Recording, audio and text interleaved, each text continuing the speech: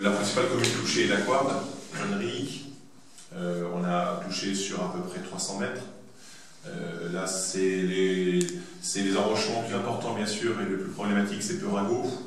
Peurago, c'est 340 mètres, considérant qu'à Peurago, on a à peu près reculé de 15 mètres minimum. Bon. Ensuite, c'est Moulin Brûlé. Là, c'est un problème important, on a reculé à peu près 15 mètres aussi. Et enfin, bon, c'est moins grave sur les travaux auraient fait, mais enfin, au Boutillon, il y a un bout de musoir, juste au Boutillon, là, qui est tombé. Deuxième commune la plus touchée ensuite, c'est comme d'habitude Saint-Clément-des-Baleines. Saint-Clément-des-Baleines, les Doreaux, ça va, on a quand même une excavation en haute digue. La Pyramide est le coin le plus touché, là, on a un recul au minimum de 3 mètres, et on est sur le chemin côtier maintenant. Et enfin, toute la Conche. Alors, la Pyramide, donc c'est sur 166 mètres, exactement. Et sur la Conche, c'est sur 2000 mètres. 3 mètres ont été perdus sur 2000 mètres. Avec l'accentuation du côté de Zanuck et derrière les bunkers. Alors, c'est sur du linéaire assez grand, ça dépasse 1 km, 1 km 3 entre la Lieutenant et Marché-Grosjean. Mais là, alors, les photos sont assez saisissantes, mais c'est 1 ou 2 mètres en fait. Mais c'est saisissant parce qu'effectivement, tous les galets sont montés et toutes les barrières sont tombées. Donc ça, c'est saisissant. Donc là, on est sur un recul significatif de 1 à 2 mètres. Ensuite, Ars-en-Ré, on a une érosion sur Martin-Nord,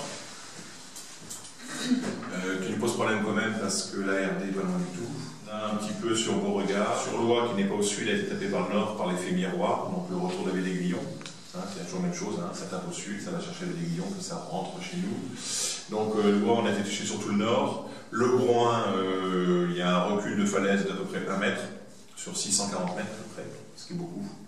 C'est-à-dire en fait toute la falaise qui part du Groin jusqu'au Peu, pratiquement, il y a 640 mètres et 1 mètre qui est descendu.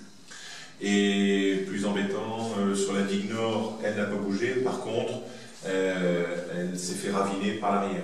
Donc on a beaucoup de ravinement qu'il va falloir reprendre. Ça n'est pas catastrophique, mais entraîne bien sûr énormément de pertes de traits de côte. On rappelle que nous avons bataillé beaucoup de temps et qu'à titre exceptionnel, l'État nous a donné un arrêté de péril. Nous avons fait des enrochements avec le Conseil général, des enrochements qui avaient à peu près coûté 600 000 €. Et quand vous allez faire, si vous avez fait une photo, vous l'avez faite, vous mettez à l'épi, à droite enrochement, enfin c'est lucky and lucky, donc à droite un enrochement, à gauche il n'y en a pas. Ce qui fait qu'à gauche, à Peurago, Pergola Peurago, en fait, les derniers fusibles qui étaient les fameux boudins blancs, il n'y en a plus. La falaise a été attaquée maintenant dans son centre. Bon, donc ce qui démontre encore une fois que l'enrochement est.